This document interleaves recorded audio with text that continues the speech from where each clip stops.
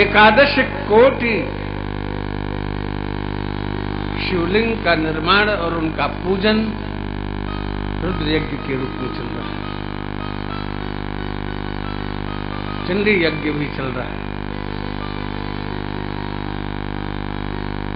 भगवान श्याम सुंदर की रासलीला भी होगी और राम कथा का आयोजन है।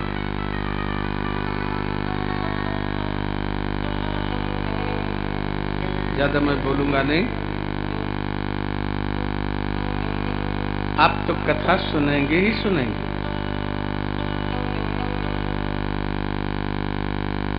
राम कथा क्या है? प्रथम महर्षि वाल्मीकि जी ने राम कथा लिखी, उसका नाम रामायण रखा। परंतु राम कथा शब्द नहीं लिखा, रामचरित्र शब्द नहीं लिखा, रामायण लिखा। और भी आगे बढ़ करके उसकी पुष्पिका में, वाल्मीकि रामायण की पुष्पिका में उन्होंने लिखा सीतायाश्चरितम महत्।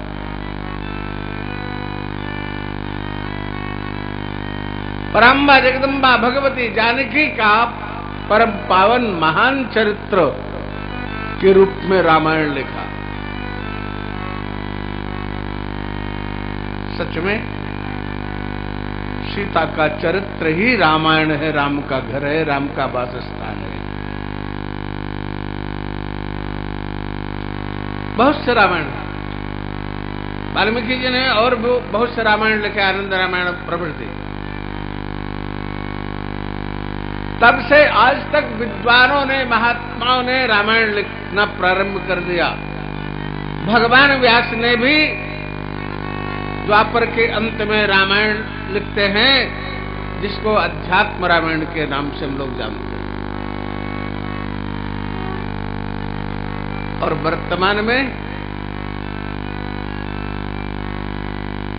तुलसीदास जी ने रामचरितमानस लिखा। उस काल में भी रामायण लिखने वाला ने रामायण लिखने की धूम मचा दी।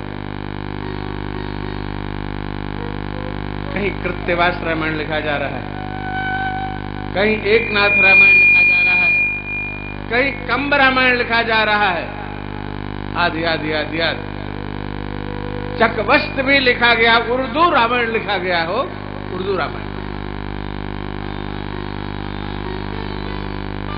और गोस्वामी जी ने रामचरितमानस लिखा।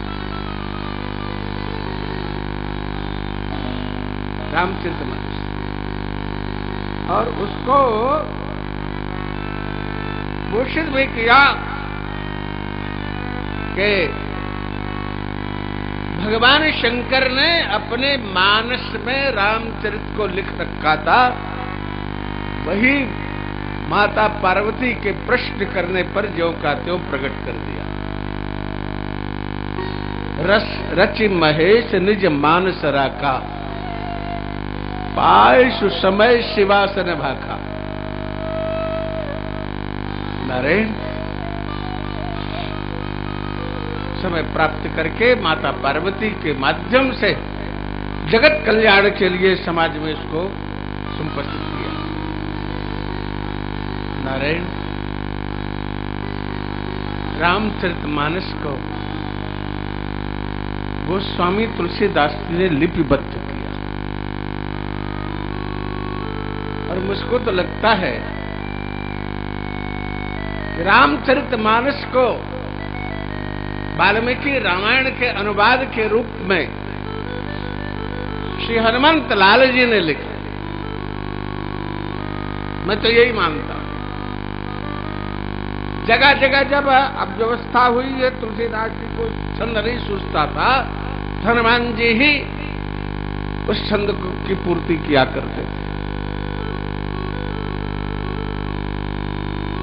लेखक रचयिता हनुमान जी हैं और टाइपराइटर कह दें कंप्यूटर वर्तमान की भाषा में कर दें तो आपत्ति नहीं है। गोस्वामी तुलसीदास जी, हनुमान जी ने रामचरित लिखा। क्यों? एक बात मुझे स्मरण में आ रही है। जिस समय प्रभु राम एकांत में रहा करते थे, राजकाज से व्रत रहते हुए भी राजकाज करते थे, माता जानकी का द्वितीय वनवास हो चुका था, वाल्मीकि आश्रम में थी। हनुमान जी को प्रभु राम की कोई खास सेवा नहीं मिलती थी, तो चले जाया करते थे समुद्र के किनारे।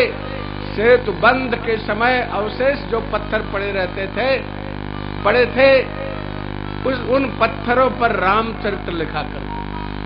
हनुमान जी अपने वज्र रखो, अब काफी अंश में लिख दिया पत्थरों पर।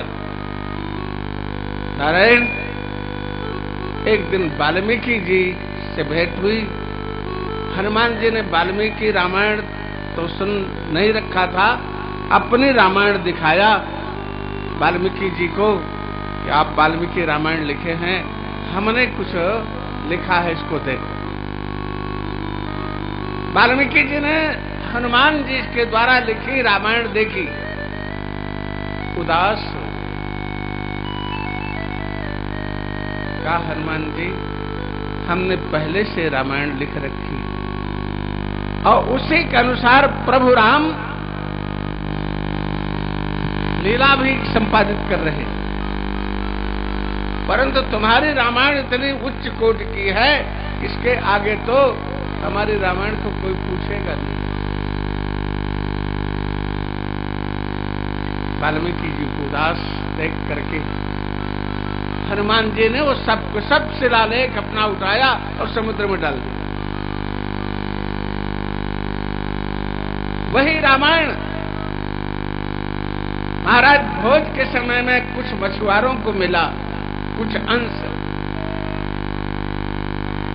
और महाराज भोज को ले आकर के मछुआरों ने दिया और उन्होंने पढ़ा, सुना, समझा, देखा।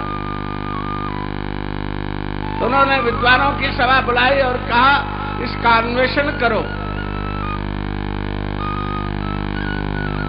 जिनको स्मरण हो अपने स्मृति के द्वारा, जिनको स्मरण न हो अन्वेषण करो, इसको इकट्ठा करके इसका संयोजन करो। बड़ा सुंदर रामायण है। वर्तमान में वही हनुमान नाटक के रूप में प्राप्त होता है संस्कृत में। बहुत बढ़िया रामायण है। लेकिन जब समय और आगे बढ़ा तो रामचरितमानस की रचना का संकल्प गोस्वामी तुलसीदास जी ने लिया। और वो बोला करते थे, हनुमान जी हो, क्योंकि हनुमान जी जहां कोई भी रामचरित्र का वर्णन, लेखन, प्रकाशन कुछ भी करे, वह हनुमान जी अवश्य रहते। जत्र जत्र रघुनाथ कीर्तनम तत्र तत्र कृतमस्तकांजलिं बाष्पवारि परिपूर्ण लोचनम मारुतिम नमत राक्षसांतकम। जहां जहां भी भगवान नाम, भगवान श्री रघुनाथ जी का कीर्तन होता है, उनकी कथा होती है, वह हनुमान जी आंखों में आंसू लिए हुए, आधे आंख खुले आधे आंख बंद, हाथ जोड़े हुए कथा सुनते हैं। गोस्वामी तुलसीदास जी को हनुमान जी की ही कृपा से भगवान का भी दर्शन हुआ। काशी में रहते थे, रामचरितमानस की रचना कर रहे थे और नित्य प्रातः शौच को जाते बाहर जंगल में। लौटते समय कमंडल का अवशेष जल है कैसे टूट पड़ा हुआ था, फेंक दिया।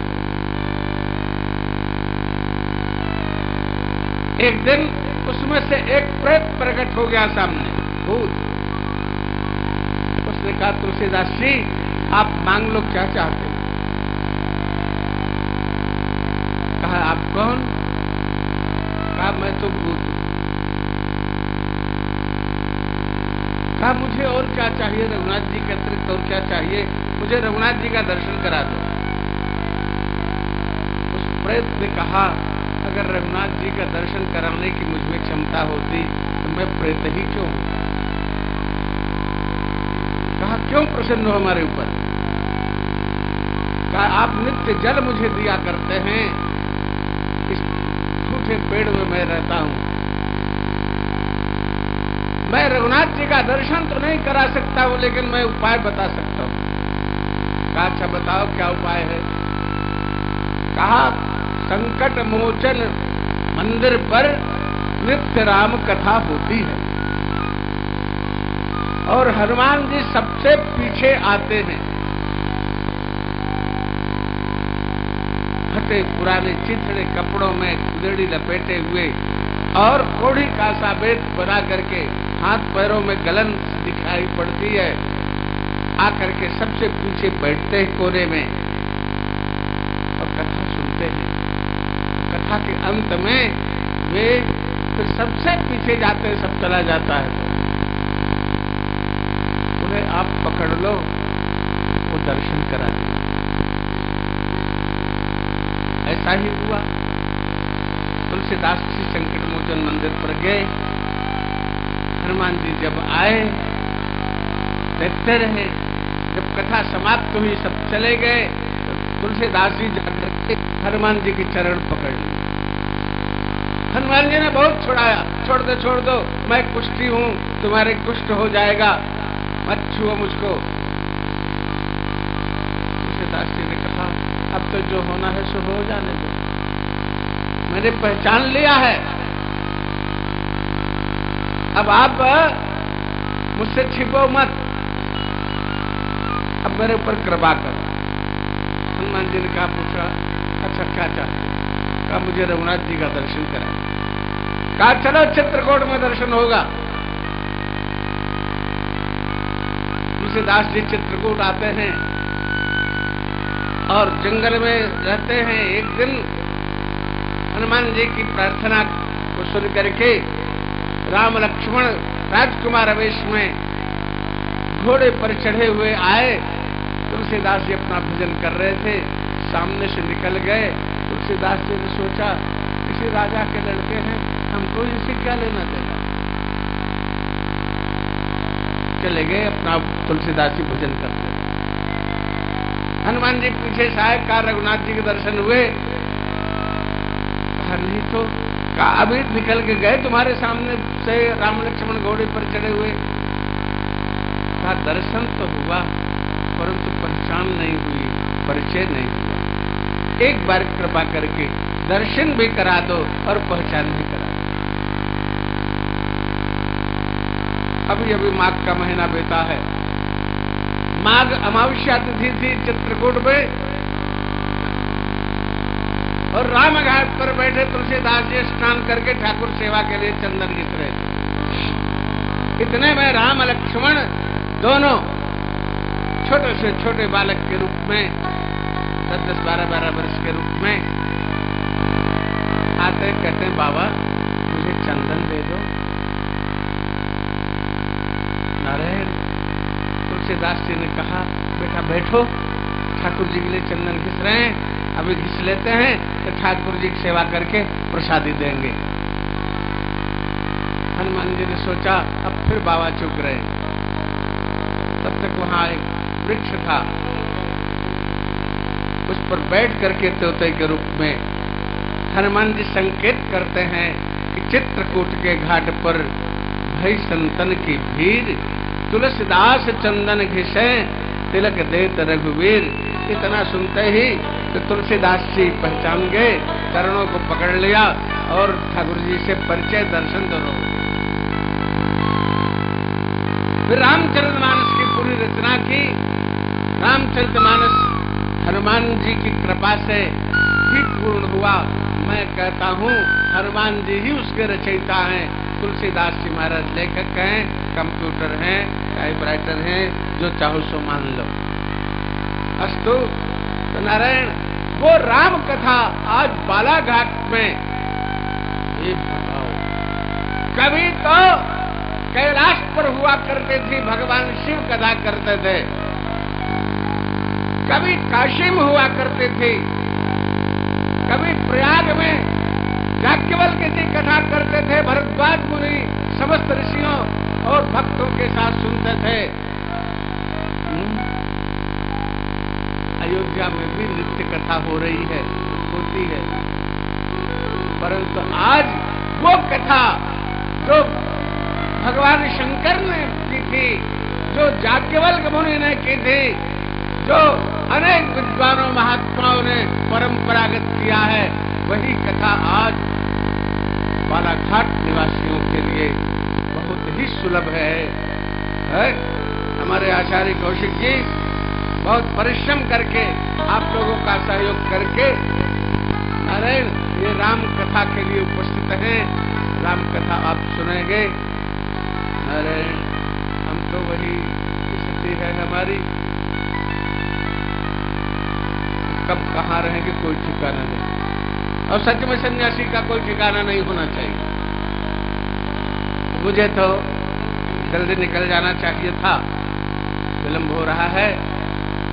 मैं इस कथा के संयोजक, कथा के यजमान, कथा के प्रवक्ता और समस्त बालाघाट निवासियों के प्रति मंगल कामना एवं शिवाशीर्वाद व्यक्त करते हुए वाणी को विराम देता हूं कि भगवान इन सबके हृदय में विराजमान होकर के सबको सद्बुद्धि, अपने धर्म, अपने देश, अपने समाज, अपने राष्ट्र के प्रतिष्ठा व्यक्त करते हुए अपना जीवन मंगलमय बनाते हुए संसार सागर से पार हो जाएं, यही हमारी मंगल कामना एवं शिवाशीर्वाद है। इन्हीं शब्दों के साथ वाणी विराम। ओम शांति शांति शांति। पूज्यपाद भगवान श्री शंकराचार्य जी महाराज की, धर्म सम्राट भगवान श्री शंकराचार्य जी महाराज की, श्रीमद ज्योतिषपीठाधीश्वर भगवान की, श्री बद्री विशाल भगवान की, हर हर महादेव।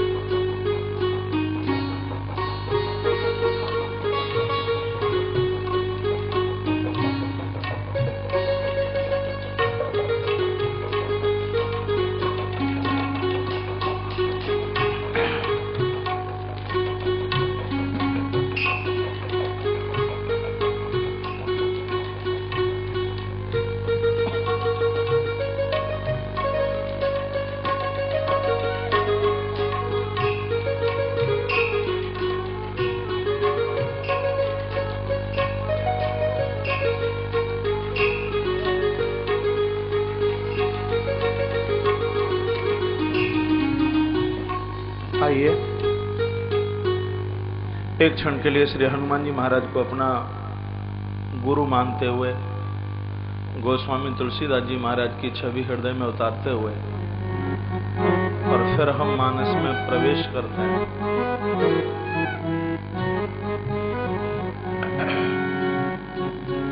कीर्तन की दो पंक्तियों के साथ कथा में प्रवेश करेंगे। एक प्रेम की गंगा बहती है, गुरुदेव तुम्हारे चरणों। हल्के से हाथ खोले।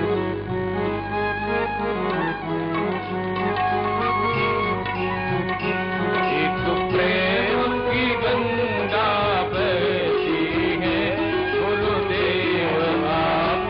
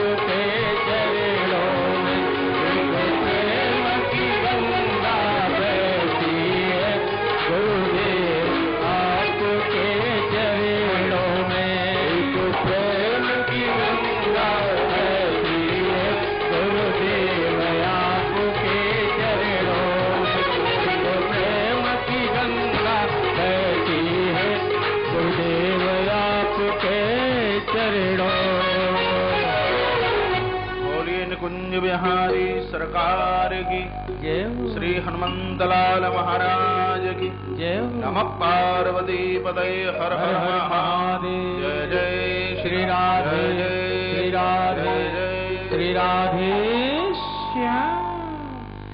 एकाग्र भाव से बैठिए, रीढ़ की हड्डी सीधे करते हुए, तकलीफ नहीं होगी बिल्कुल। बड़ा अच्छा लग रहा है इसलिए क्योंकि ये राम कथा भगवान शंकर की दिव्य कृपा के नीचे है। और ये कहते हुए मैं आगे चलूंगा, भगवान प्रभु श्री राम आदर्श है। भगवान राम जैसा पुत्र नहीं हुआ, भगवान राम जैसा भाई भी नहीं हुआ, भगवान राम जैसा पति भी नहीं हुआ, तो भगवान राम जैसा दूसरा शिष्य भी नहीं हुआ। ये रामायण बोलते हैं। गुरुदेव वशिष्ठ जैसा गुरु नहीं हुआ, कौशल्या जैसी माता नहीं हुई, और भरत जैसा भाई नहीं हुआ, और महाराज दशरथ जैसा इस दुनिया में पिता नहीं हुआ। और यह भी लिखा है कि रावण जैसा शत्रु नहीं हुआ इस दुनिया में दूसरा।